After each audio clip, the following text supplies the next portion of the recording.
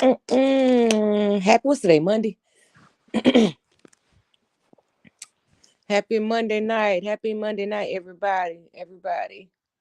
I hope that everybody woke up today loving on themselves, honey, because there's only one you, nobody in the world like you, honey. It's not supposed to be, baby. So that alone should make you proud, baby, because you are genuine and you are handcrafted by the Alpha and the Omega, okay? So it don't matter what nobody on this earthly ground say or think about you, baby. It does not matter, honey.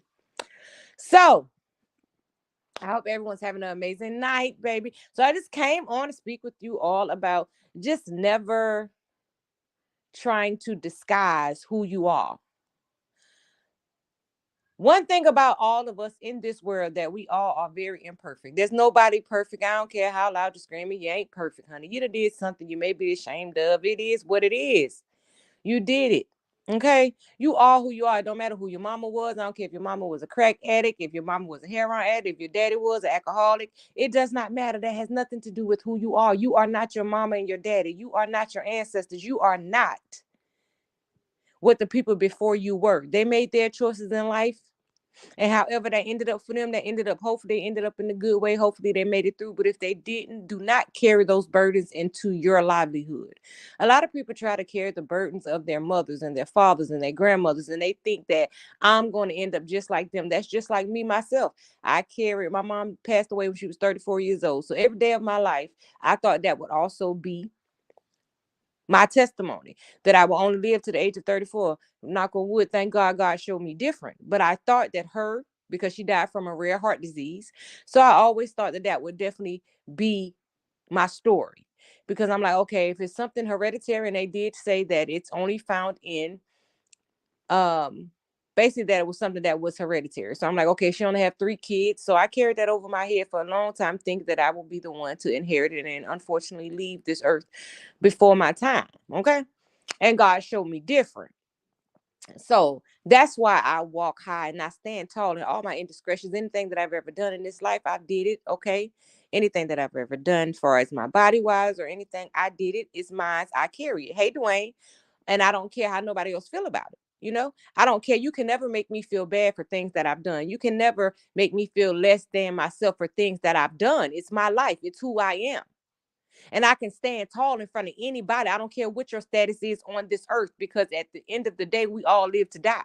So that alone means I don't care how much money in your pocket. That means you're not better than me. I don't care where you stay, what kind of job you got, where you come from, honey. Again, we all live to die. So the ending to all our lives will be the same. Okay.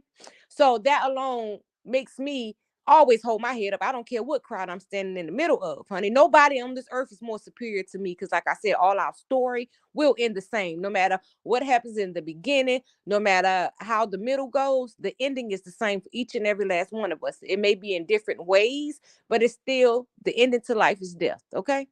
We all just passing on through here. So at any point, why would I feel like I have to stand in front of anybody and lie about who I am? All the things that I've done in my life. That's my journey. I'm not ashamed of my journey. I'm not ashamed of my testimony. I'm not ashamed of my trials and tribulations, and neither should you be. It doesn't matter how other people feel about what you've gone through or what you've endured during your life. You're living. So that means that God still has a purpose for you. And as long as He has a purpose for you, who cares if these earthly people don't? So what? You don't live for them. God said, "Be in the world, not of the world." You don't live for these people. So this tendency that people have to try to be a people pleaser, I don't know where that comes from, because I could care less. Either you take me as I am or don't. Either way, I don't care. Okay. Because anybody that God has conformed to be in my life is going to set me for who I am. I'm not going to have to change faces to be in your space.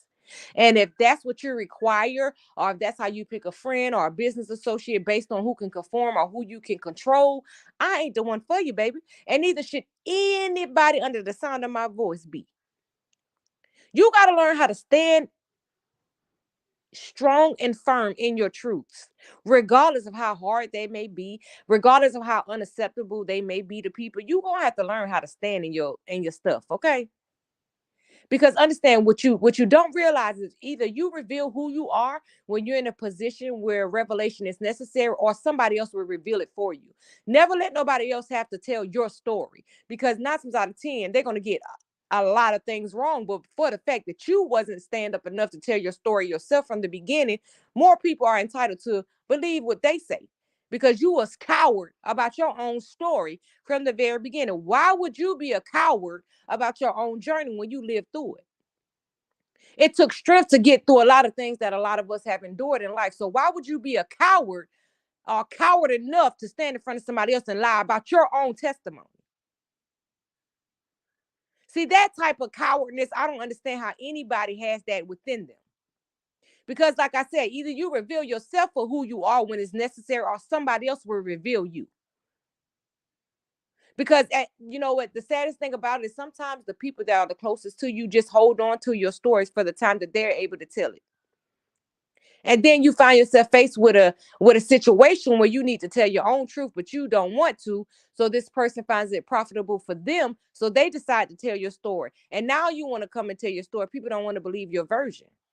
Okay, because you was a coward when you was first presented with the opportunity to tell your own story in your own way. You thought that you had to conform to the people around you. You thought you had to tuck your tail, or you had to create an illusion of who you were to please everybody else in the room.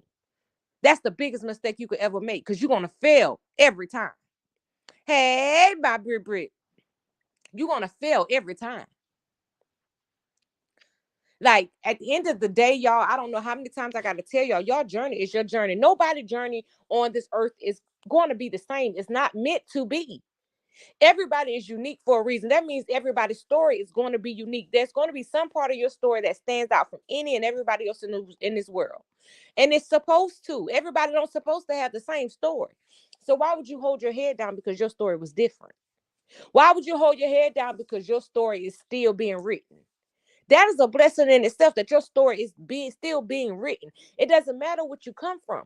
Where you are today is won't be where you are next year this time. As long as you still living, there's still a chance.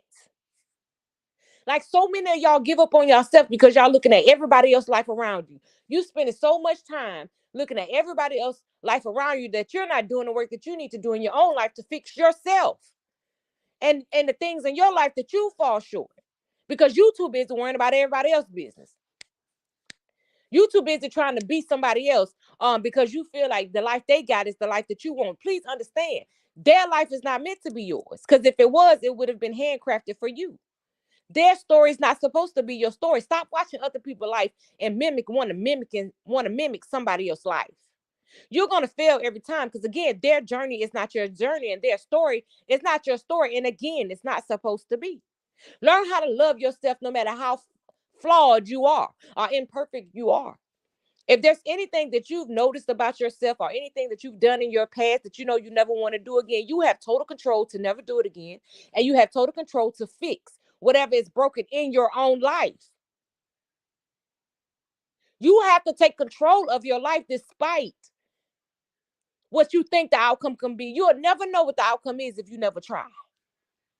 Do you think I could ever in my life would have thought that at by the age of 15, my mom and dad would be deceased, and that I could ever see myself before that happened living as a child with no parents?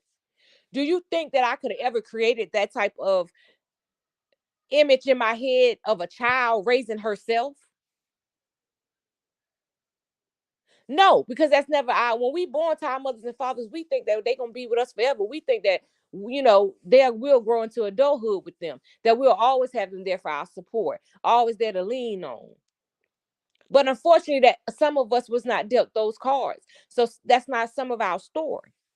So a lot of things that you do, even when you're a child trying to go into adulthood, you're gonna make 1,000 mistakes, because who's there to teach you right from wrong? Because of what I did learn is a lot of people while you living tell your children, oh, I love you. Oh, auntie love you. Oh, uncle love you. Oh, grandma love you. Oh, grandma do anything for you. Oh, auntie do anything for you. Cousin do anything for you. But when your mom and daddy close their eyes, there's no love left on this earth like theirs. You understand me? Nobody gonna love you like mom and daddy do. I don't care how much they put on that facade while your mom and daddy living where they can see it. Once they close them eyes, they don't care about you because you're not theirs. But they'll put on the facade for you in the world like they love you so much, but they won't love you like something they bear. Now, this is different for people that adopt children straight out the womb and different stuff like that. I don't know how that goes, but I've seen a lot of adoptive parents really love their children. But I don't know, the whole journey of that because I've never been involved in that. But what I do know is that sometimes the love is not the same. That's just like my little cousin I raised. I loved her like she was my own. But she was so damaged prior to me from other people that it was hard. It wasn't hard to love her, but it was hard to raise her because she wanted to be able to do whatever she wanted to do. But we were both learning together. But I knew that she wasn't going to be able to do what she wanted to do because I wanted her to be better than I ever was. If you see her to this day, that child looks more like me than anything that I've bared. Any child that I've actually had myself, my little cousin looks more like me than any child I've actually bared. And she tell me every day she run into somebody, be like, hey, and call her my name. And she be like, that's not me. She has a gold tooth. That's how you're going to know me and her apart. She has a gold tooth and I don't. She had to tell people this on a daily, like every day. She said, I've been doing such and such. And they ran up to me and I was like, no, that's my cousin. Like me and her look exactly alike. And she's not my child, but I raised her since the age of 7. Now, I understand I was a teenager when I got her too, but they wanted to put her in foster care and I was not going to let her go to foster care. And I already had 3 children of my own at that time when she came to me, but I took my little cousin. See, my whole life I've been pointing to everybody else. So any mistakes that I've made during that time, I do not care. I wouldn't care about how nobody else feel about anything that I had to do to make it or to survive. Because if you wasn't there trying to finance me, make sure these kids was fed, or trying to pour into me, tell me how beautiful I was, and help me take another path, I don't care about what you say about the path that I took. You wasn't there to help detour me. So why should I care about what you think about what I had to do to survive in my life?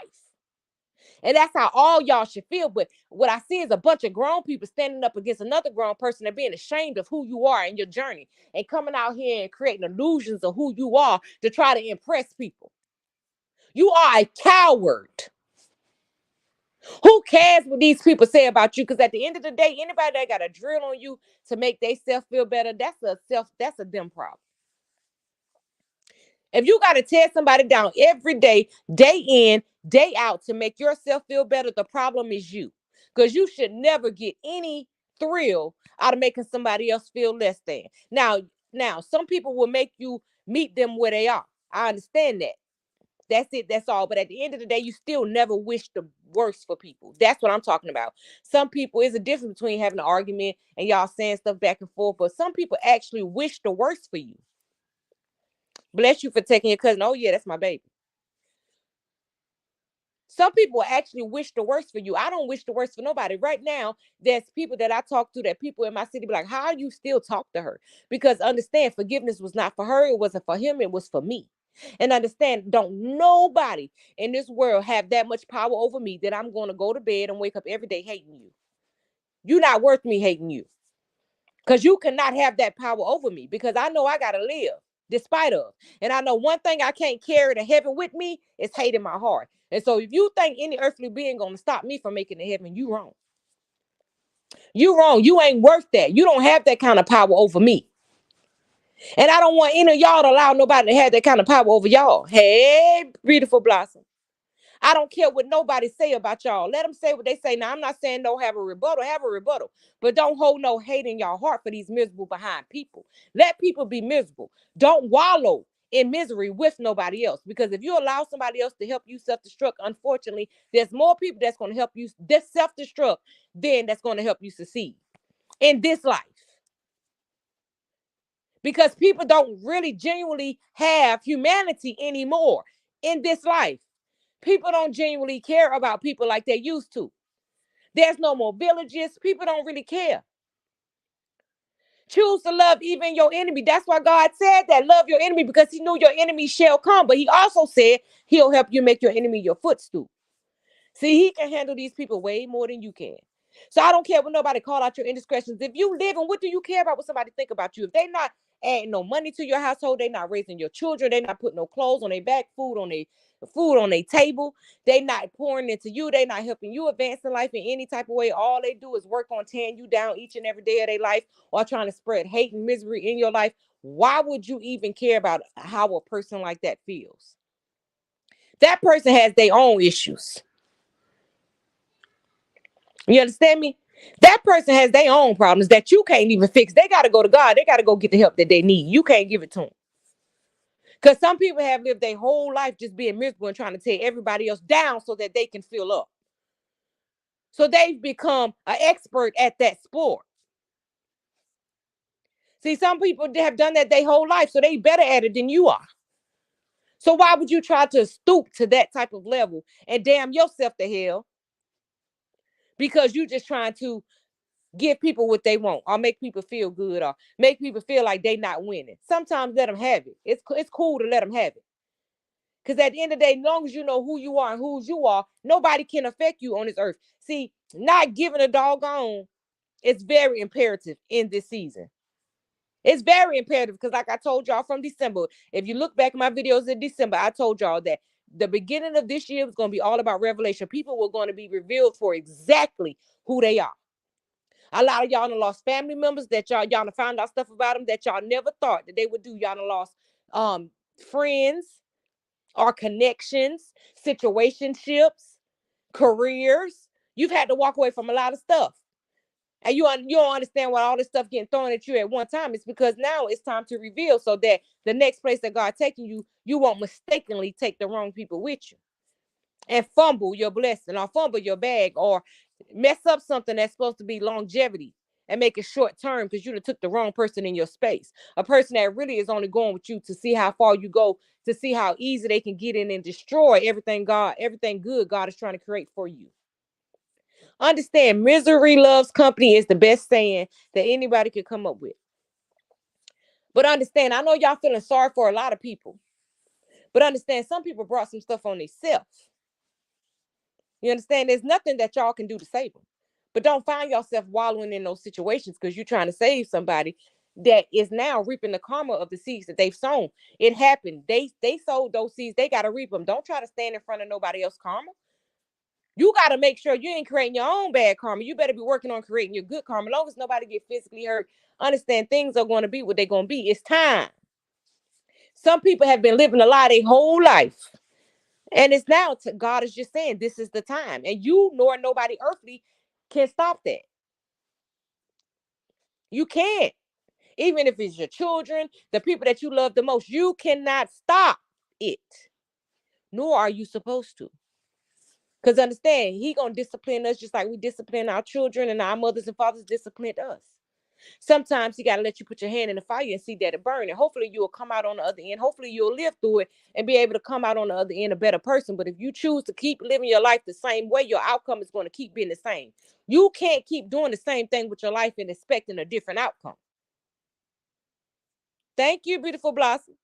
And if anybody's under here that I can see and not see, please make sure you're following Miss Beautiful Blossom TV and Miss Brittany Allen Babes as well. They're great content creators on here. You can't keep doing the same thing in your life and think your outcome is going to be different, whether it's in situationships, real relationships, friendships, career-wise. You can't keep making the same moves every day and think your direction is going to be different. If you keep traveling the same road every day, you already know which streets, you know all the dead ends, you already know where it ends up. Why keep traveling the same road? But see, while you already traveling down the wrong road, you taking detours on the same wrong road to try to tear somebody else down. That's just as confused as you are in this life. That's trying to find their way through this life just like you. Let me tell y'all something. Don't y'all never be ashamed of where y'all are right now, because this is not the ending for y'all. Tomorrow is sure to come. And if it don't come, you still going to somewhere better than this. Don't let nobody make y'all feel ashamed of y'all journey. Everybody has went through something, but some people are just more vocal about their story because they want to help somebody else hopefully get the love that they didn't get, or hopefully get the guidance that they didn't get, so they don't go down the same path. I don't care if you're under Section 8, Section 7, Section 6, Section 1. You got EBT, PEBT, MTV, BET. I don't care if you got doggone all the diseases in this world or whatever you got going on in your life. Okay, I don't care if you're living in a hut today. Keep working. You'll get out that hut, baby, and you'll probably be in the biggest house, bigger than you could ever imagine, honey. God will cure your body in his time, whether it's on this side or on the other side. God will bring you out of poverty if you're in poverty, and he'll show you better. Let me tell you something. Section 8 is a stepping stool. You understand me? You go to a lot of countries, honey, they in huts and they happy in huts made of grass. You go over some of these foreign countries, these people are in huts made of grass and all of them are living the same and all of them feel rich. And a lot of people in Section 8, honey, lives in amazing houses, okay? Don't let nobody make y'all feel sorry for y'all journey. And that's for any and everybody. Everybody got to have a stepping stone, okay? For 3 years of my life, I was with Section 8. When I left my husband, I was under Section 8 for 3 years. Because I thought I was going to start a journey with just me and my children. And I wasn't finna jump out here and try to impress nobody, try to jump out and pay full rent. Almost $600 a month. And it was just me and my children. My life was changing for those 3 years. So I went out and I tried to get something and I was able to get Section 8 and I had a nice home. And paid $568 per month for rent. And Section 8 paid the rest. When we decided to come back together as a family, I let that go. Because I no longer needed it. We was going back to a 2-income household. But am I ashamed or do I think I was ever be in a position to talk about somebody on Section 8? Hell no, because I had it through three years and it doggone sure helped me. Paying $568 versus what that regular rent was, maybe 15, maybe 13, something like that. I don't remember. It was a long time ago. But at the end of the day, if I ever need it again, do you think I won't try to go get it because I care about what somebody else say? Because a lot of people on Section 8 living way better than the people that ran out and tried to get houses.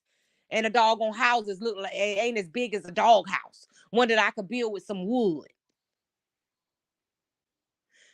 And then in the most awful areas, they done ran out and say, I got this and I got that. Because when I was under, I used to have people, oh, girl, I'm buying my home. Girl, so what? And you know what I used to tell them? At the end of the day, you can say what you want to say about me, but understand, the difference is no difference. Except for you can gain equity. The difference is, honey, if I don't pay my rent here, if I don't pay my portion of my rent here, my $568, you know what's going to happen? They're going to put me out. If you don't pay your mortgage over there, you know what's going to happen? See, rental property manager going to put me out. But you know who's going to put you out? The bank. If you ain't paid for that house, cash money, it ain't yours. It belongs to the bank until you pay that loan off. I don't know why people that buy houses think they're better than people that rent. Who the hell told y'all that? Where do y'all get that from? I just have to check people all the time, try to come at me like that. I don't care. Most of y'all couldn't walk a day in my shoes. Having to be out here by yourself since you've been 14 years old, taking care of babies. Not just you rocking babies, because nobody told you that you should love yourself enough. Baby, focus on your education. Nobody around you loves you enough to just pour a little bit of love into you or a little bit of guidance into you, and or to tell you that you don't run to a man for love because your daddy gone. So you're looking for love in all the wrong places. You just want somebody to hold you and tell you that they love you. And that's what a lot of these teenage girls that's having these babies, that's what they missing. Hey, Miss Loving Me, Tracy Anderson. Hey, Maisha. They're missing somebody just to tell them that they still worth something. They're missing somebody to tell them, baby, keep your legs closed and the books open. You are more than your body. Understand that if a man just wants you for sex, he ain't the man for you. Or understand that most of these guys out here just want you for your body. They don't care what's in your mind. They don't want to elevate your life. They want to keep you unknowledgeable. Because if you get too smart, you may be smart enough to know that he ain't the one for you. So he ain't gonna push you to do nothing better with your life. He don't want you to work no way because he want to pay all your bills so you won't go nowhere, so he can cheat with everybody around the neighborhood, and you gonna feel like you can't go nowhere because you don't feel like you can make it on your own. Don't get caught up in that foolishness. And definitely don't make nobody that breathe the same air that you breathe make you think you any less than them. I don't care what their bank account say. I don't care what thing they live in. Because at the end of the day, tornadoes, God forbid, hurricanes, anything can come through and swipe up everything that you got in a blink of an eye. Your life can change tomorrow. So everybody that got something, regardless of what you got, need to be humble with what you got. Never think you better than nobody over nothing that's monetary or nothing that can physically get burnt down or washed away with water. Is y'all stupid or is y'all dumb? R. Kelly was the Pied Piper. And where he is, he's sitting at now. Do any of that matter? Any of the money he made, anything, does any of that matter right now? All that work he put into his earnings, what does it matter right now? Nothing. Now he's just as normal as everybody in those prison cells with him. No matter what they did in their life, he ain't no better than them. Because he in the same place they in, eating the same things they eat, using the same toilets they use, standing in the same showers they standing in. Humble yourself. Y'all don't let this world mess your heads up. But understand, anything built off of sour soil shall not stand. You can't build yourself off another brother or sister back. Hey, Miss Lee before. Thank you. Stopping to hit the like button. Hello to everyone. You can't build your life off of trying to tear another brother or sister down. Off of somebody else back and think it shall stand. That ain't how it works. Now, like I said, I'm all for if somebody do something for you, you can't tell people how to get back. Yeah, we all know. Yeah. We all know God said you're supposed to turn the other cheek, but people are human too. You can't keep bothering people and expect not to be bothered. That ain't how it works. Leave people alone. You want them to leave you alone. Leave people alone. You can't walk around here tormenting people and then think you're going to be able to sit back and be shielded from being bothered. It don't work like that. Put out the same energy into this world that you want to get back. Love everybody, even the ones that don't love you. You ain't got to be in love with them, but still love them. Because God loves you despite your indiscretions, despite how many times you've disappointed him, despite how many times you've fallen short. And ain't none of us more powerful or almighty than him. So why can't we? You can love people from a distance. Thank you, Britt. You can love people from a distance. We all capable of doing that. And that just shows that you're the bigger person. Because, baby, at the end of the day, I pray that when my time comes, baby, I'm working on trying to be somewhere better than here. You think I want to go straight from here, living in hell here on this earth to going to hell? No. As imperfect as I am, baby, I work hard every day to be a better me. You better say that, because I work every day to be a better me. And I'm not perfect, nor would I ever be, nor will I ever try to work to be perfect, because I know I'm not supposed to be. But I am going to try to be every day to be a better me. And all y'all work every day to be a better y'all, despite what anybody got to say. Let people say, people miserable, honey. Child, so what? So what? Some people stuff get out, some people stuff don't. But at the end of the day, the skeleton still exists in each and every last one of our closets. And some things you're supposed to be able to hold sacred. You ain't got to tell the whole world your business. Ain't none of y'all owe that. But when you step out somewhere and you put yourself out there trying to tear people down, you're trying to build something off tearing somebody else down. Don't get mad when somebody come to try to tear you down too. See, you remember the big bad wolf? I'ma blow your house down. How he kept bothering them little pigs. Big Boasty. Those little pigs won in the end. Stop trying to be the big bad wolf around here bothering people. Leave people alone. It's so much stuff all of us got to fix in our own imperfect lives. It's so much more stuff we can put our energy to.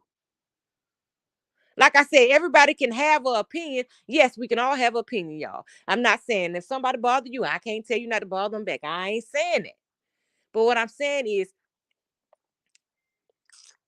don't wish the worst for people.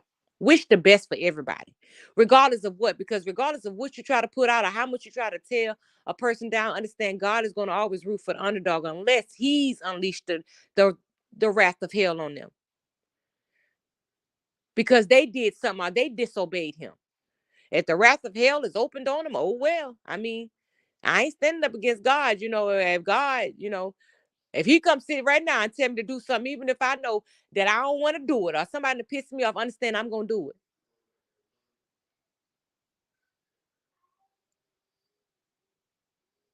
A 16-year-old little child came through here and shot up my house in March. And in the moment, within an hour, I had to drop on his address. You understand me? Because I'm a good woman and everybody, understand I'm a good woman. But this little boy was just trying to pick at my son because of something that happened to my son last year. And he felt like we didn't retaliate. So he felt like, oh, he told my son, he said, the way y'all, I can't say what he said because it was a bunch of cuss words, but what he said to him basically is, you and your whole family, punks, because y'all let somebody shoot your little brother and y'all ain't do nothing. Okay, so because of that, he got on my boys or whatever.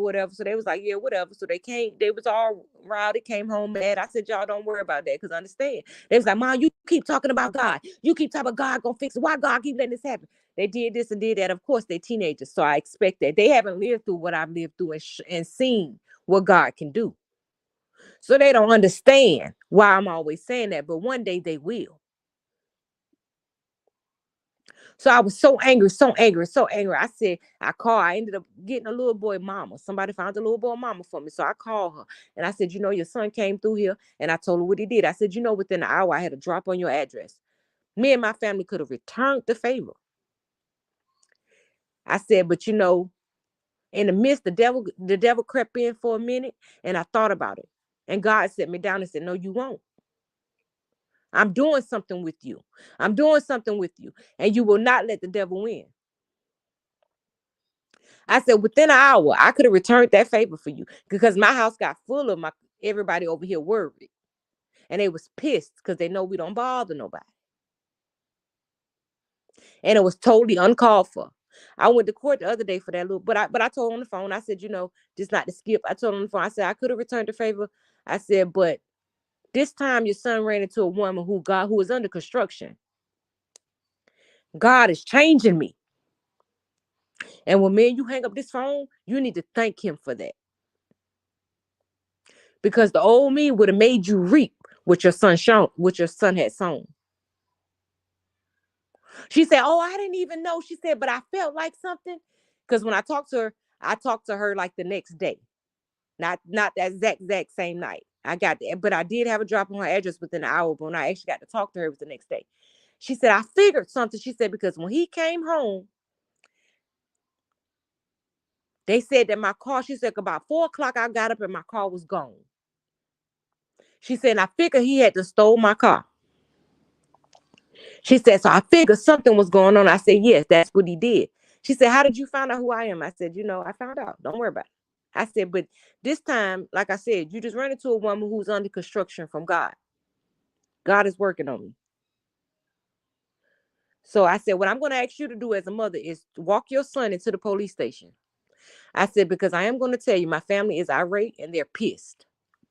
I said, so as a mother, if you're telling me as a mother that you're not okay with your son's actions, take him to the police station. I will. Come Monday morning, I'm taking him to the police station. Monday morning came and went. She never took him to the police station. The father called me. He said, can I come over and see the damages? He called me that Saturday. He said, can I come over and see the damages? He said, please just keep them people out of it. I pay for everything in your house that was damaged. And I said, you'll do what? He said he wanted to pay me for it. I said, and the first thing in my mind, like, do you understand that if those bullets would have hit one of my children in this house, one of those bullets landed right on top of my baby boy bed. So do you think if your son would have took one of my babies out, you would have been able to put a price on that? So right then I knew who the type of people I was dealing with. Okay. So of course I pushed forward with the police officers because at the end of the day, y'all, it's never my agenda to destroy the life of a child, no matter how bad, because I remember being a child out here, not having nobody to care. And even though he did something very vicious, the very first time we went to court, We done been to court twice. The first time we went to court, I told him, I said, because even that night I got on the phone and I told the little boy, I said, little boy, go home. I said, you worried about how we dealt with the situation with my son. That don't have nothing to do with you. I said, go home. Get from around my house. Because they had to be riding up and down. And he said, I ain't the one you need to be effing talking to. I said, okay, cool. Just get from around my house, son. My children ain't coming out the door with that foolishness. So the first time we went to court, I stood up, y'all, and I did what I do. I started talking and I started to cry. And I said, and I told the judge, I said, usually I would show grace. I said, but in this situation, the grace that I showed you was when I got on the phone myself, little boy, and told you to go home. I told you to go home. You don't even stay anywhere around where we live. I asked you to go home. And you chose not to, so I have no grace for you. You understand me? So they said, okay, so we got to come back. In 10 days, I had to go back. We went back the other day. And y'all, this is how I know God is working on me. I looked at that little boy. He's 16 years old. And the judge told him he got charged for 8 people. He got charged for everybody that was in the house at that time. And one attempted murder charge because one of the bullets was above my son's bed, right? So I heard the judge tell him, he said, well, with these charges, we can lock you away to you're 22 years old. He said the main focus of the juvenile system is more to rehabilitate versus trying to, lock them up forever. He was like, but we can, with these charges, I can put you away to the age of 22 years old. Okay. And so I looked over at that child and I started to cry. Right. And then I started to have flashbacks of that night. Grabbing my babies, putting them in a tub, closing my bathroom door, running back outside to retaliate. But I had to make sure my kids were safe first. But of course, he was already long gone by the time I made it outside. When I ran outside, I ran straight into the police and they said, she has a weapon. Put it in the mailbox. Put it in the mailbox. And they made me put my weapon in the mailbox. Mommy. And even that moment, the fact that I ran outside the way I did, I could have messed around and got unalive because, like I said, I ran straight into the cops. And they said they got here so fast because of what we have here. They got these things here called shot spotters.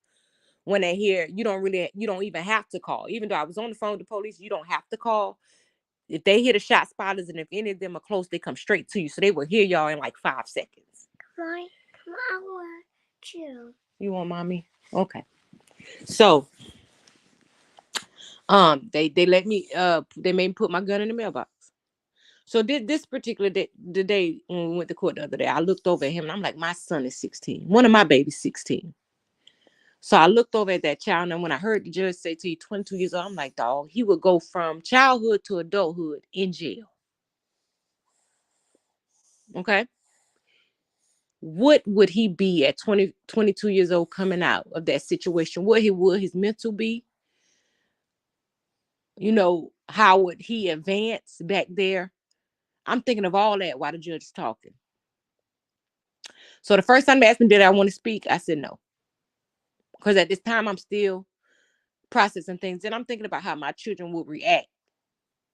Because they always say I'm too soft and it pisses them off. Because I want to applaud them getting out in the streets and treating people how people treat them. Y'all, it's just not in me anymore. I'm tired. Every day we see teenagers dying here by the hands of each other. And that's our reality where I'm from. And we're so sick of it. So when after his attorney stood up and talked and the people that's on our end talked, I put up my hand. I said, Judge, Your Honor, I do want to talk. I do want to talk. So I stood up and I started crying and I looked over at him and I said, you know what, young man? I said, I get no pride out of trying to take the rest of your, not even the rest of your life, but these next couple of years of your life from you. Are you growing from a child to adulthood, being caged in like an animal? I said, despite what you've done to me and my family, I'm here to tell you I want to show you some grace. And y'all, at this time, I'm bawling. It's not a dry eye in the courtroom, y'all. Everybody's crying at this point. And I said, because you know what? your success would make me more prouder than your demise. Because if you stay back there all that time and get back out into this world, you've been gone 5-6 years, I don't know what your mental would be. And even though you did what you did, and you could have took a life from me, you didn't, because we're shielded by God's armor and protection. So whatever you thought you were going to do, you didn't know that you came across a family that is anointed. I said, so the material stuff is being fixed. I said, but what you did and what y'all are doing to me, y'all are trying to change a good woman into a bad one. Because understand, for my kids, I'll go to hell or jail. And that's the part of me that y'all little kids are trying to bring out of me. And I'm trying so hard to not become that person. I said, but Your Honor, I do ask that you show him some grace. So the judge looked at me, he said, what? And I said, yeah. And they was like, they was like, this is why? So told him to stay. And at this point, he decided to speak, and he stood up and he was like, Your Honor, I just was running with the wrong crowd, and I'm really a good kid. He started talking. And then he looked over at me. He was like, I'm so sorry. He was like, I've been to your house before. He was like, and I know you're a good woman. He said, I actually hung with your boys one time. And he said, it's just the company I'm keeping, and he stood and usually the judge was looking like they weren't supposed to do that, but he let him talk. And I was like, baby, usually I can determine if a child is bad. It's something about you that's telling me that you want to be better. I said, but and I pray that you do want to be better. I hope I'm not being hoodwinked or bamboozled. Because understand, if I am, and I can help you get out of this trouble, and I do, and you bamboozle me, you come on the streets and be the same person, the next time you won't be seated there. And I said this right in front of his mom and dad. That may not be where you're sitting. Mommy. His dad stood up. And his dad said, and I did tell him, I said, now I don't want him to get a slap on the wrist. I do want him to learn from what he did. But that 22-year-old thing, like, even though he did the worst, he didn't do the worst thing he could have done. He did a bad thing. But, I just don't want to, I don't know, y'all. I just don't want to take away that much of his life. His dad stood up, and he was like, I understand. He was like, and ma'am, I thank you for saying that. And he was like, you're right. He don't deserve a slap on the wrist. And his mama stood up. She apologized to me as well for what happened. I can't get into details about everything that was said. But when I got home and I told the kids what happened, everybody was livid with me.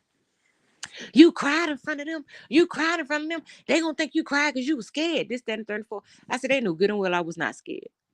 I was like, I cried because, and I told my son, I said, I cried because you're 16. You understand? I said, and I thought about the fact that if you had made a bad mistake like that, running with the wrong crowd, would I want that for you? You can't keep comparing us to other people, Mom. We not like these people out here. A lot of these people out here in these streets that's living that life. You don't understand what we dealing with. This is not the time when you was coming up, Mom. These kids are not the same. All these kids carrying guns. All these kids, that's what we dealing with every day on the streets. Of course, they wasn't yelling, but they was just talking to me. And it was, now you done cried. Now people gonna be all on Instagram saying that they made my mama cry and this, that, and the third. I said, you know what? I don't care about how they see me. Mommy. Hold on, baby. I said, I don't care about how they see me.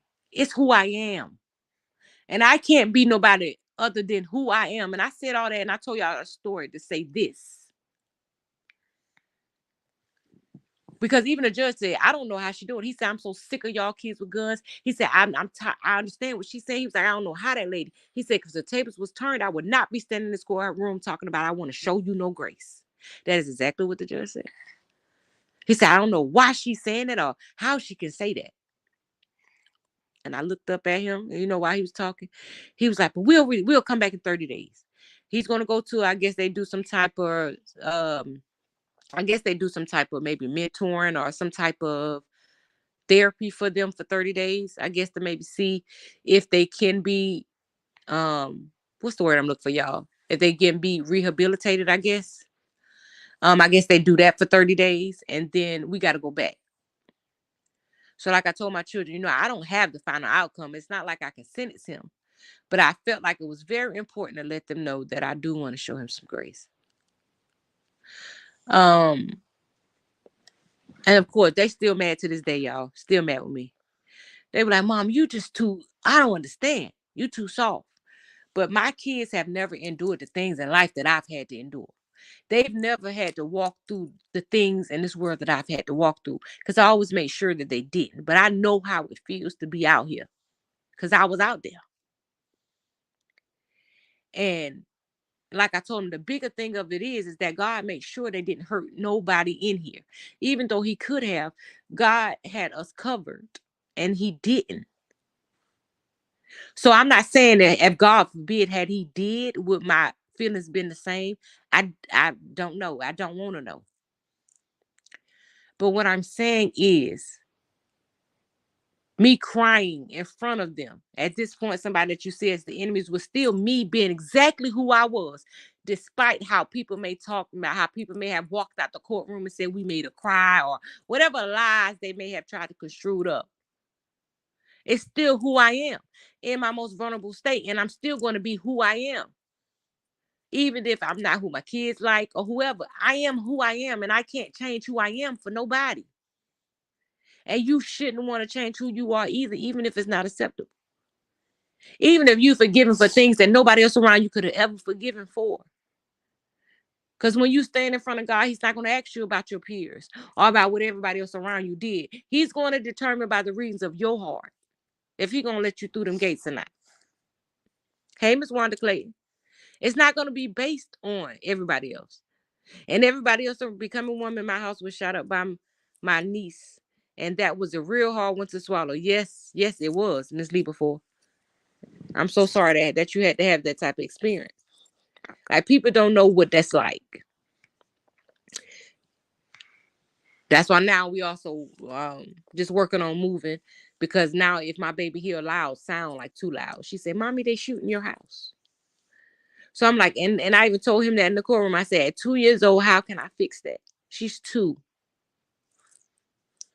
You can't send a 2-year-old to therapy. How do I fix what you broke within a second? You took my baby's peace. What? Yeah, what? Wait, that's me. That boy took your peace when he shot up the house? So, Mommy. How did you feel? You want to tell him how you felt when he shot the house up? I was sleeping. You were sleepy? And I turned to Mommy. Yeah. I was sleeping. And I turned to police. Yeah, you saw the police. And where Mommy put you at? In the jail. No, where I put you at that night when they were shooting the house? Remember Mommy put you in that tub? Remember when you and Skylar and Riley, y'all had to go in the bathroom? In the tub? I was scared of Riley. And yeah, you were scared. Yeah, and around, and I got what to call the police. But did Mommy tell you that God was going to protect you, ain't it? Remember Mommy told you God was going to protect you? Tell the police was about to get me. So, yeah. And the police about to get the, I went to the chief. Yeah. And the chief was taking me to jail. Yeah, they took him to jail. Yeah, they did take him to jail, baby. So, I told you. But that was one of the hardest. And it's still something that we're dealing with. Because every time she said, I have to say, no, they not, baby. No, they not. Mommy got you. You protected. God protecting us. Nobody gonna hurt you, baby. Okay. So, okay. And Mommy, within a second of that bad choice, that is what he took. And y'all, even through that, I still found grace for him. You understand? And I know a lot of y'all like, how in the world I couldn't never, I would have did this, I would have did that. But what would it have solved? What would it have changed? Would it have changed the way my 2-year-old feels right now? It wouldn't have. Because he's already done the action. And then she may have risked not only feeling like that, but feeling like that without me being able to comfort her because I'm behind bars for retaliating. You understand? That was the bigger picture. And he wasn't worth that. He wasn't going to get that kind of energy from me. You wasn't going to make me go return the favor and leave my babies. And I wasn't going to let my babies or nobody in my family return the favor and end up right back there with you. Because at the end of the day, who wins? Who wins in that type of situation? And I can stand firm and tell my story because I'm here. All my babies are here. My grandbabies are here. We're all still right here. Mommy. So he do not win. Mom, I want some drink. Okay, go tell Daddy to give you some. Go tell Daddy to give you my drink. Water and my daddy left me and I will cry. Okay, go tell Daddy to give you water.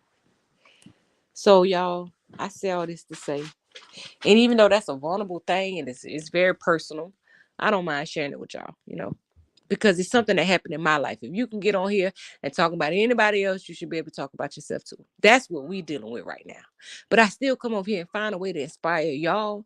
And even when I'm inspiring y'all, I'm inspiring myself. Because y'all, regardless of what I live, do I care that somebody, they came and shot y'all house up and y'all ain't do nothing? The hell with y'all. So?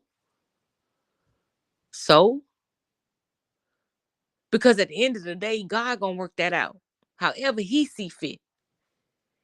But he made sure that if even in his heart that he wanted to take somebody from here, God didn't let you. So you still lose. Your overall agenda was not completed. And my baby, she will be okay. Because she comes from a praying mother that is going to continue to pour into her, continue every day when she hear any type of loud noises that you're protected. Nobody's going to hurt you. So what he tried to take, I'm going to fix. I work every day to fix it. And it's something me nor none of my children deserved, asked for, nor did we put that out to get that back. Just somebody's child decided that is the way he was going to make his name in the streets.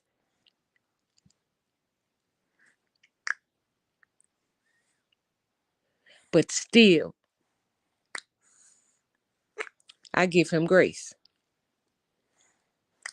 Because God has given me grace a lot of times. Even though I've never done nothing like that to nobody, nor have I ever wanted to. I don't know his story. I don't know what really he was going through that night because it was him and 3 other people in the car. So I don't know, what that was about. I don't know what was being said. I don't know, but I talked to a lot of people that say the same thing. That say it was just in the last couple of months, the little boy started losing himself.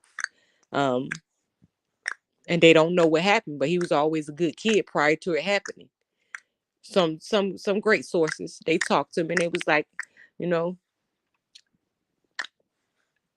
so I can only believe that because some of the people that told me that, I trust them and I trust their judgment. Even though he made a split decision that could have cost a life. Mommy. It didn't. Hello, Becoming Woman. You show grace, honor, and forgiveness. That's all that matters. They will understand in time. They will. But of course, as young teenagers, what they feel like is you supposed to shed blood in the streets when they bring drama to you. And as a child, I felt the same way. You run up on me, it's gonna be what it's gonna be. I'm gonna meet you where you at. But I told him what the difference was. Y'all saved my life. When that first child came out my womb, even though I was still a little angry, I used to fight a lot with him too. I was only 14. Well, I was only 15, what you expect. But he made me never want to do something that would take me away from him. So like I told him, until y'all have a child or until y'all find something that's more in life, And hey, legend, y'all won't understand where I stand. Y'all won't understand my outlook. Because at this point, all of us just living off grace. But like I said, I got where I am by living life experiences. But like I told them too, like, stop pushing a sleeping bear. Stop. Don't keep pushing people because people are not bothering you and people choosing to show you grace. It has nothing to do, because I tell them quick, and I don't think I'm no PUSSY because I came out of one. But I don't have nothing to prove to nobody but these children that I promised to be a mother for when I gave birth to them. I promised to be here for.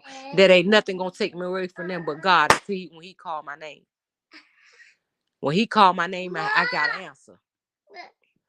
Mom, I just popped it. Okay, baby. I got an answer. Mom, other than that, Mom, if I have to do anything like that, y'all know I was pushed to. I just ain't have no choice. But, and like I said, I say all that to say this. A lot of times we find ourselves in situations and things in life that we don't deserve. Hush. And something, stop busting the balloons, girl. And you find yourself in situations that other people would think to make fun of, or think, oh, I'd do something different if it was me, until you actually in the situation. Until you find yourself there, until you're sitting there looking at a person that you actually, as a grown woman, you standing up against a child. You got to go to court against a child. Like those two things, I never thought that I would ever find myself in the courtroom against a child. And this is the second time within, 2 years.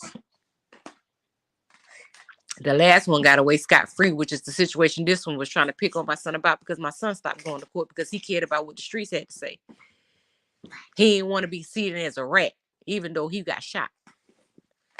He chose to just not.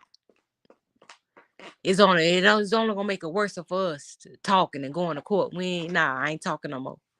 But I told him the difference this time is I have total control of this situation because he hit my dwelling. He came here, this person came out, shot at my dwelling. So I control this narrative, not him. Because I don't care about what the streets got to say. Like I told him, I don't know why you would either. But you're a child. You got to grow up. Your mind got to manifest. Your mind got to grow. You got to go through life situations to actually see the world for what it really is. So I can't get on you too hard about the situation that you made, but don't get mad because the person who hurt you is out here walking around either. But y'all know one thing about God, he's been very graceful. Every day I pray that God don't let that child and my child run into each other, because he's still very angry. And I don't know what he would do. So every day I pray that God never allowed them to cross paths. And do y'all know God has made sure, as little as this city is, that them two have never crossed paths since that little boy got out of prison, got out of DJJ. I told God, I ask that you every day, God, if you do nothing, please, Lord, don't allow them to cross paths until my son is better, until his mental is better, until he understands that this little boy is not worth you crashing out. You got a whole life ahead of you. You live through it. It's a war wound. Until he understands, please don't let them cross paths. Because again, I can't be with them 24 hours a day. But the great thing about it is I don't have children that run the streets. They go to school, they go to work, and they be in their house, in this house. That's the great thing about it. So I have a little more control over it because they're not street runners. But again, I just always ask. You never know the day they may want to go out somewhere. But I always ask that God, please don't let them cross paths. I just don't want him to cross paths. Not now, because he's mentally not ready. I asked him, did he want counseling? He said no. So, I ain't nothing else I can really do. I don't know how he feels inside.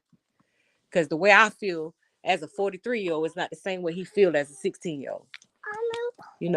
I know how I was at 16, quick-tempered. Like you wasn't going to do me nothing without me doing something bad. So I get that mentality that he got at 16. So I don't, but I just keep praying that God don't let them cross paths again until he understands the importance of turning the other cheek and understanding and seeing the blessing in it all, that God allowed you to live through it. Don't worry about what the streets say. These people just pump you up and try to say stuff just so they... Be quiet, baby. Okay. Just so they can make you crash out. They want you to be just like them. Ain't no such thing as street rules. It's BS. Do what do what you do. Forget their fake rules. Protect your family. Yeah, both flesh and spiritual. Amen, legend. That's what I try to tell them. Like, y'all just stop. Don't worry about it. But of course, it's like I said, at 16, we all been kids before, legend. You know, you don't want to hear that. Somebody do something like that to you, you know how I go. An eye for an eye, you know. It took us to grow up and go through life and understand that like I keep telling these children, y'all ought to pray. And if y'all keep on, like it's to a place now, it's more parents burying their children. The children not even getting a chance to bury their parents. It's a war out here in these streets, and they ought to pray. So I keep telling them, either you're going to be part of the solution or part of the problem. But understand, either way, I've done my part. I continue to do my part every day. I pray for you. I continue to pour life into you. I continue to talk to you, even when your mind is going straight, telling you that it ain't over. It ain't over. You ain't did all you could do, what you supposed to do. I always try to take you down a different path. So it's up to you at this point to make the right decisions, you know? And that's the hardest thing as a mother, that you have to realize, that you have to just hope that everything that you poured into your children, that they will allow it to manifest and they will live their life that way. Because at the end of the day, it is really up to them. You can't be with them 24 hours a day. They got to go to school, you know? You can't be with them 24 hours. You just got to hope they listen. And that's what I do. I pray and hope that he listen. And that he don't allow his anger to consume him. Mommy. You know?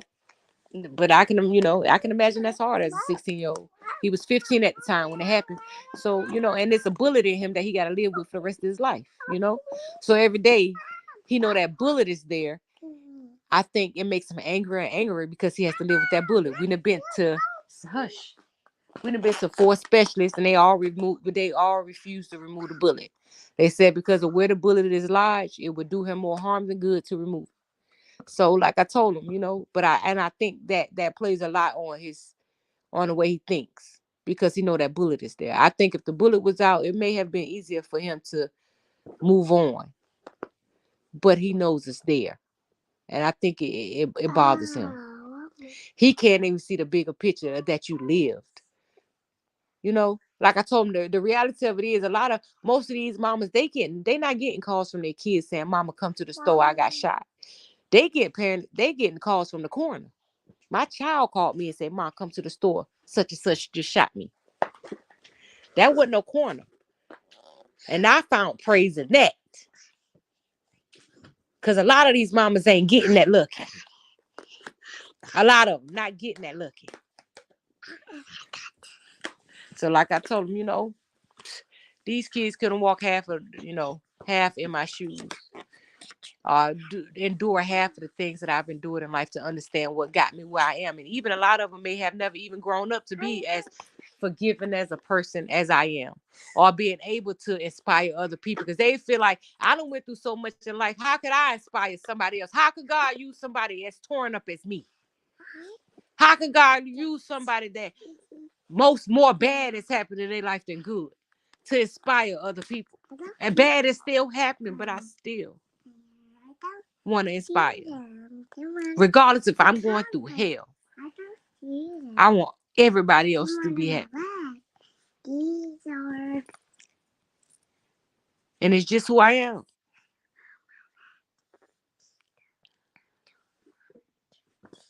And I'm okay with it. Everybody else around me ain't, but I am.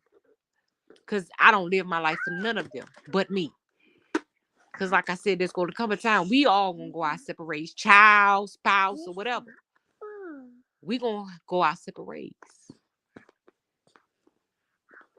We going to stand in front of them gates at different times. Different hours, different years, different moments. And he ain't going to ask me about them, nor is he going to ask them about me. So, like I told him, I gave them life in hopes that they can live it as long as God allows. But they got to do their part. If they allow the world to move them and live their life according to the way the world says that they should live it, that story gonna be bad. We didn't have social media in our time as kids. Social media is dictating life to this generation like no other. It's a big fight for these kids. Free will, even adults. Amen, legend. And that's facts. And that's what I was saying. That's a lot. What he went through, they started making diss songs about the boy shooting him and not doing nothing. It was a lot. They was on Instagram, and I told him, you know what? At first, I was just mad, and it was making me more angry and angrier. Like, nah, I'm about to do something. Forget it. I'm about to slide. You know, I was getting like that. I was like, because my baby can't even heal in peace. He can't even heal in peace because he got to keep hearing people talk about him and do all this and that. But then I thought about it. You can choose to not take your behind on Instagram. If you know every day you go on Instagram, it's dictating the way you feel about yourself. It's making you angry and angry and make you want to go out here and throw your life away for another person. Then in reality of it, who's controlling the narrative? It's you. Because you can just as easily choose not to go on Instagram. You could just as easily choose to thank God for the fact that you're still alive. See, that's the type of mama I am. I'm not going to hold everybody else accountable without holding you accountable and showing you what part you play in the situations that occur in your life. Because you got just as much control you got all the control over the narrative of your own life. What you choose to allow to affect you and what you don't. You can't let anger consume you. Because it will be to your detriment. Like I told him, don't tell me that. You keep taking your butt on there. You keep wanting to look at it. Okay, you go ahead out here. You go ahead out here and you crash out. You keep being so bad. Go out here and crash out. But understand, you crash out. That's you crashed out. I ain't crashing out.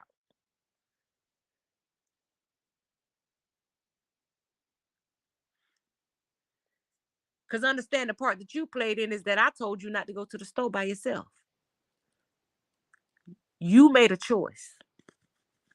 Not saying, of course, never saying that it deserved, my baby deserved it, because he didn't. But that was the part that he played. You decided to not listen to your mama. You decided to stand in my face and lie and tell me your uncle was walking to the store with you because I had been told you never to walk by yourself. You decided. You made a choice. And that choice caused you to walk into exactly what I've been trying to protect you from. That is the part that you played. And that's the only part that you played in what happened. Understand, God will handle that little boy. It's no seeds that you sow out here after the age of 12 that your parents are responsible for. They're yours. Those sins that you do, you got to pay for them. No matter who child you is. One person that, like I said, none of us can protect our kids from is the wrath of God. So they got to live their life right. You continue to teach them. You plant those seeds. You continue to make sure you water them daily. But in the end, it's up to them to make the right choices and make the right moves. You can never allow anger to control who you are or who you're going to be. Because anger not going to take you nowhere good. And you're going to waste a lot of time of your life being angry.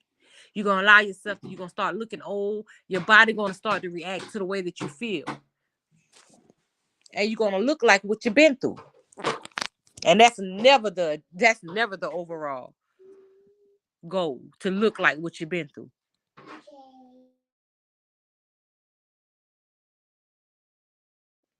You know? So that's why I said when I come out here, and lift us, inspire y'all. My life has, like I said, I've had more bad days than good days, but I'm here.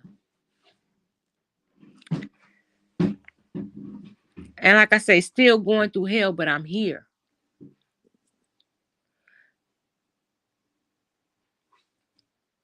So anybody that's going through anything tonight, know that you can make it through.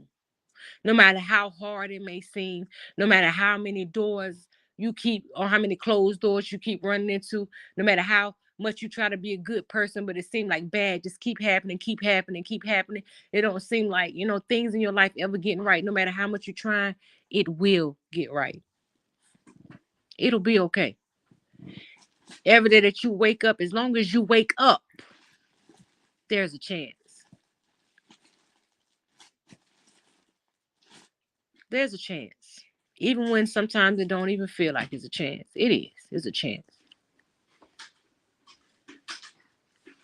Your family passed the test of not retaliating and letting him live. The whole situation could have been a lot worse if the other path of revenge or anger was chosen. Amen, legend. And it could have. And like I told him, what would that have really solved? Would you have really been able to live with that? Would you have really been able to live with that?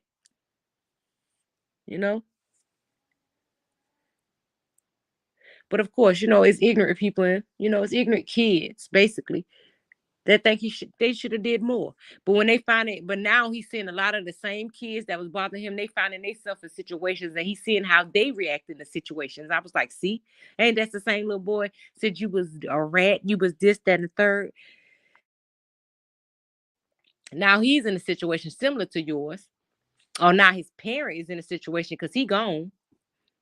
They done buried him while he was picking at you. Now he in the grave. Or this one was picking at you, and now him and his parents in court fighting against this little boy who done did something to him. Then shot him multiple times. But where they at? In the court. The same place that they tore you down for deciding to do it the right way. Now they finding themselves in them situations. And I told him that's how God works. He will make what you think is funny and the things that you and choose to insert yourself in with other people when they going through something and you think it's funny and it's something to laugh about. That stuff will come knocking on your own front door. And you don't know how it got there. You invited it there when you thought it was funny when somebody else was going through it. God said, okay, so now I'm going to not put it on your front door. Let's just see how you go through it. What you going to do? Now you're faced with the same adversity that you thought was funny when it was somebody else's adversity. Now you faced with it. Let's see how you work it.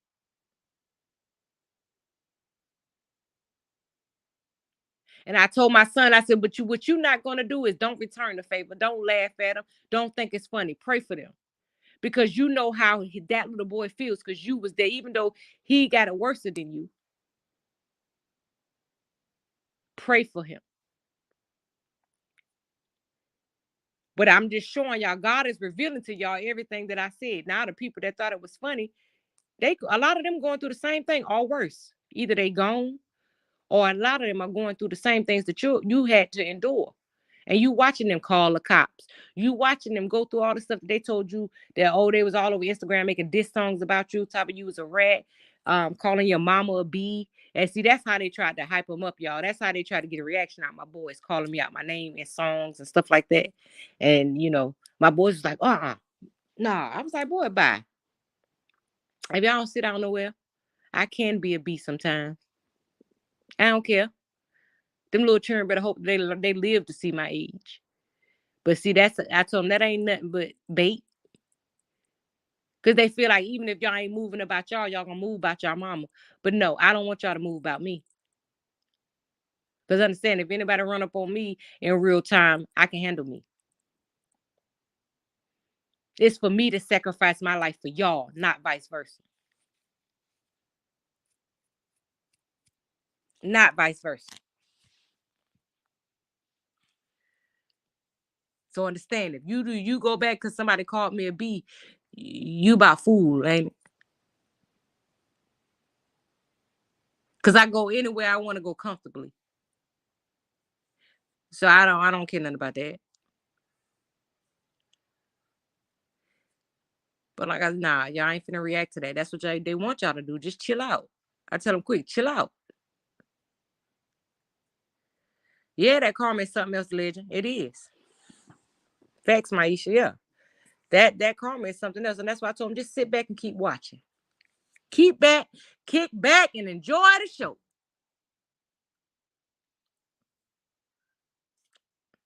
kick back and enjoy the show. And like I told them, still at the end of the day, I don't wish nothing bad on them, but I know reality because everything, y'all, I tell y'all no word line, then I'm gonna go. Everything that I've talked about, or that when I used to gossip and be messy and be involved, everything that I thought was funny that happened in somebody else's life, it happened in mine.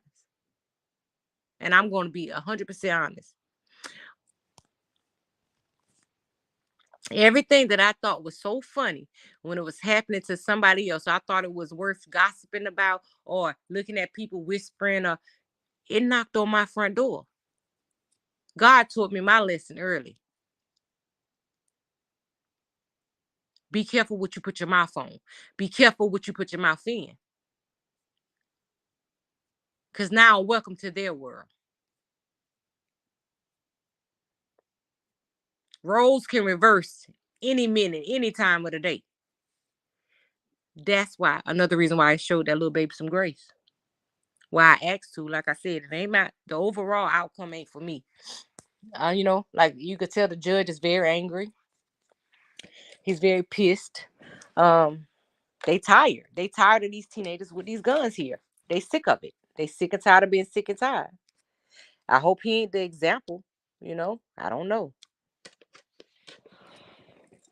I don't know if he gonna be the example they choose to set.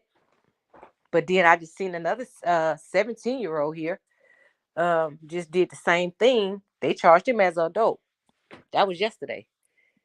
I seen the article. They charged him as an adult. So they sick and tired of being sick and tired. These children better wake up. Put them guns down. Put your fists up if it's that deep. They want to keep trying to live them lives, baby. Them big boy lives, honey. You better learn how to walk in them big boy shoes there. Don't be want to act like you're a child when you stand in front of that judge. Oh, now you want to be a child. But you made a big boy move. You was an adult. You want to scare somebody when you're out here trying to be a thug, trying to make your name in the streets that you don't own a piece of grass on. You felt almighty then. But when you want to stand in front of judges, yes, sir, no, sir. Ain't this a bitch? When I was on the phone talking to you, you told me I ain't the one you need to be effing talking to. That's what you told me. But you standing in front of, yes, sir. Oh, dang. That's a change of attitude, ain't it? You can yes sir, no sir him. Ain't that about it, be? Well, you could have just easily did the same thing when I was talking to you and took you behind home. Because when you really thought about it, it was stupid. It had nothing to do with you. And because it was other grown people around that also knew what happened, they spoke up too. So it wasn't even just about me. It was about grown people that knew what happened from the very beginning because those my babies was leaving work. And they was like, this is really sounds stupid, but this is really what happened. He got mad at them boys because of the way they handled their brother getting shot because they didn't retaliate. He felt like he could pick on them because of it. And because them boys still was like, like not backing down, talking trash back to him, he felt the need to come through and do that what they did to that lady house. And then it made it way worse because one of the ladies is his own family. The little boy who actually did it is his family. And she didn't turn on him, but she was like, nah, right is right and wrong is wrong. I stand on the side of right. Right is right and wrong is wrong. I don't care nothing about the situation or what our relationship is. Right is right and wrong is wrong. And at the end of the day, I just may be saving his life by not condoning his behavior. And this was another lady. That's some in some way kin to the little boy. And that made the court look at it like, wow, this your people helping this lady. So I know her children didn't do nothing. Like that's crazy. But people are really tired of these children with these guns. People are sick and tired of being sick and tired. Because these children are nothing like back in my day, them children would fight. But not these days. They don't want to fight nothing. And I told my babies, that's the difference. I raised y'all to fight, to be fighters. I never prepared y'all to be shooters. And in this world, these children are prepared to be shooters. These people, the man with the little boy last year, he told his son one day when I went around their house, because I had to went to their house 4 times before that little boy actually shot my son, telling his parents to get him. Because back in my days, you could knock on people's door and talk to them about their kids. Like even the fourth time I went, I said, okay, if it's that deep, if you and my boy, y'all can't get it together, ain't nobody here but your mom and your daddy and his mom and his daddy. No recording nothing. Go ahead right now, fight it out. I ain't got nothing against him. Did this. But when you saw him at the store, you and 5 other people, you decided to shoot him. Back in my day, they would have just jumped him or something, but nah. And you know what his daddy told him? I should have known something because his daddy told him to stay dangerous. I don't know still to this day what that means, but it sounds like it's something bad. But he told his son right in front of us to stay dangerous. And the mama was like, I don't want to hear nothing else about you and this little boy here arguing or whatever. Leave that little boy alone. That boy don't mess with you or whatever. She told him that in my face. But his daddy said, stay dangerous. I said, oh, I don't know what that means, but that don't sound good. Okay. It's what's up. Whatever it is what it is, you know? But like I told him, even after he did, I said, I gave you the opportunity to fight my boy if it was that deep, because I get tired of this had been going on for like 2 years. I said, I gave you the opportunity to stand toe and toe with my boy and you didn't want to. So why did you wait till it was you and 5 other people up at the store and my boy by himself and you shot my son? But like I told him, like I told him, I didn't raise them to carry weapons. I raised them to if you have to fight, but don't try to do nothing that can take somebody's life. Because win, lose, or draw, y'all live to fight another day. If y'all feel like y'all issues that bad that y'all really can't just walk away from, that y'all just gotta fight. But nah, y'all, that ain't what we dealing with these days. These kids ain't fighters, honey. I had to learn that the hard way. They shooters. That's what people around here raising their kids to be. They ain't raising them to be fighters if they have to fight. They ain't teaching them no type of conflict resolution. They ain't teaching them that everything don't have to be addressed. Don't nobody want to take that L. Exactly, Ms. Lee, before. And see, that's different. That's why I had to understand when my son said, this ain't the world you come from. And he stood in my face. He was like, Mom, this ain't the world you come from. Stop trying to tell us about, which I allowed them to talk when we, being serious. They was like, Mama, you a homebody. You don't know nothing about what's going on in the streets. You different. You trying to dictate the way our life is now based on how your life was when you was coming up. Mine is different. And I kept saying, no, it ain't. No, it ain't. No, it ain't. But I really see the sad reality of it is that it is. A cow was showing off in front of his friends. Exactly. And y'all, when I saw the tape from the doggone gas station, oh, my heart broke. My heart broke when they played that doggone. The man, he came once and showed it to me on his cell phone. And then they played it in court and my heart broke. Just watching my baby. Just watching my baby. You handled the court situation like a real G. You gave him a pass mercy. It's no different than what the OGs would do in the hood. OG pass. Right, Mr. Harrison. Yeah, exactly. Thank you for that, legend. But yeah, like they raising them to be shooters. Like you gotta really, as an adult, be careful and cautious of a kid. Y'all, I don't know how to program my mind like that. Like if a kid get too close upon you, you gotta be ready to clutch on a kid. Because if they got a demeanor like they being disrespectful or that they don't care, you gotta be careful. It made me think about on New Jack City when what's the name? Wesley Snipes was telling Ice-T about when he shot his mama, not knowing that he was telling him about when he shot his mama, but when he was saying how he ran up on the school teacher and boom, remember? It made me think about that. Like that's the mentality of these kids now. You can't even let a kid get too close upon you.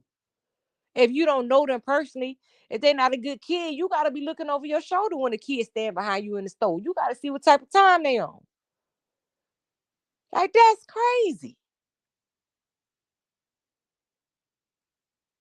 That is crazy. That is crazy, y'all. That I just never knew. If and like I told my children, I'll tell you no word of lie. If I knew that this is the world I was bringing them in, y'all, I would have made a different choice. I told him, of course, that's not saying that I don't love y'all with everything in me and that y'all saved my life, each and every last one of y'all. But I feel that's the only thing about the parenting thing that I feel I failed. And that was bringing them in this world.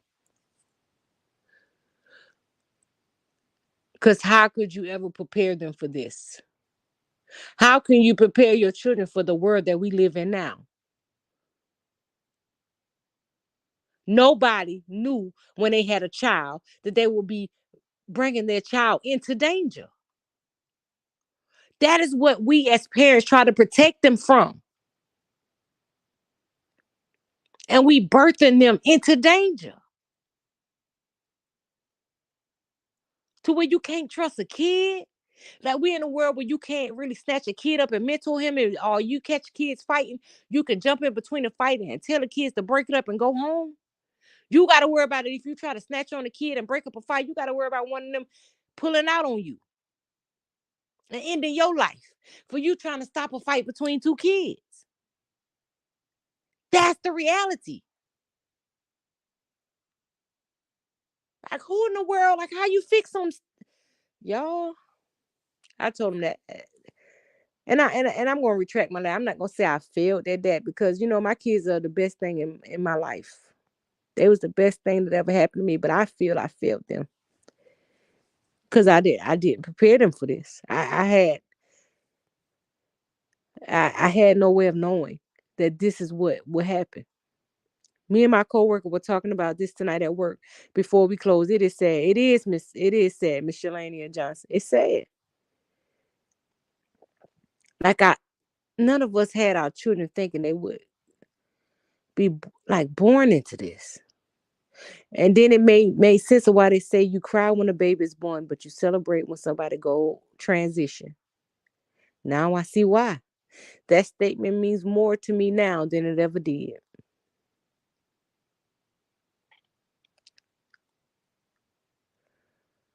You feel selfish for having children. You know, you feel selfish every time they go through something. You feel selfish for having children and they having to endure this kind of stuff. Like, I don't regret not one of them. All 9 of them is every beat of my heart. And they everything good about my life. That without them babies, I don't think I'll be right here talking to y'all right now. Them babies saved my life. They made me want to be better. They made me want to do better. Every day of my life, they make me strive to be better. But I just feel like that's the one thing I just didn't know. And I think about it every time they go through something. I be like, why? You know? Then 9 of them, you know? But I know they so thankful for life, and I'm so thankful for God giving me each and every last one of them, even my grandbabies. But I'm so scared for all of them. Y'all, if I hear a siren, I pick up the phone. They'll tell you, I call the ones that don't live here. I'm calling them. Are you home? Are you home? Are you okay? I'm calling them. I don't care what time of morning. I can't even sleep. If I hear a siren and all my children are not home under one roof, I'm calling them. The ones that, like I said, that don't live here, I'll be calling them. They be like, Mom, even my oldest son, he's 28. He be like, Mom, I'm good, Mom, in the bed. I'm like, I just wanted to check on you. They get sick of me. You hear me? Because I be so scared, y'all. And I have told my nephews that the reason why so many of these kids are the way they are now, because the majority of them had parents that don't want them. They had them just to get these checks. I think a lot of parents, what I think it is a lot of parents had children. A lot of women had children for men. So when the relationships don't work with the men, they no longer want the children, and vice versa. A lot of men had children with women to trap women. When women leave them, they no longer want the children. And what people don't understand is that the children need both. Because a woman can't teach a man how to be a man. We can only teach them from the perspective of the type of man that we would want. But that's still not teaching them how to be a man. We don't have the necessities that they need. Regardless of how many women try to say it. The fact of it is, these boys need men, but they need men that used to be like back in the day, the men that wanted to mentor them, the men that would jack them up, the men that didn't tell them to stay dangerous, the men that didn't feed into them fighting in the streets or shooting people down in the streets or telling them, oh, that make you a G because you done took somebody's life unnecessarily. Or now you got a street name, now you a goon. You my little shooter.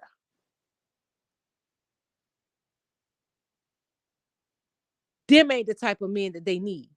They need the men that's not only going to tell them, but show them.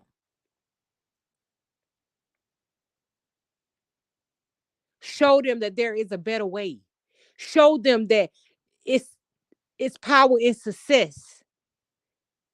Show them how dumb it is to feel like your life is worth dying on the street. Again, that you don't own a piece of grass on, that your mom and daddy don't own a piece of grass on, that once you gone, you just a memory. The same people that'll push you up to do something bad gonna put your face on a shirt, and eventually they will forget about you. Even some of the ones that ran with you every day to do the most worst stuff, they will forget about you. And your life was worth more than your face on a shirt. That once you wash the shirt a couple times, your face fades away.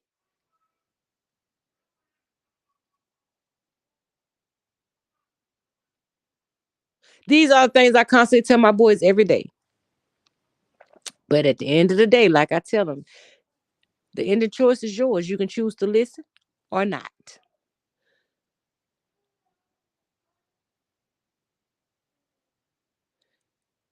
You know? But now I understand what you're facing. I understand what y'all facing now out here in this world. But again, you're gonna have to choose to be the author of your own story, or you're gonna let somebody else write the ending to your story. At the end of the day, the story still gotta be written. It's your choice who got the pen. So y'all, with that, I'm out. May your today be better than yesterday. May your tomorrow be better than today. Know that every day God blows that breath in your body, you're one step closer to your season. Don't fumble yourself worrying about the world. Y'all, and I'm out.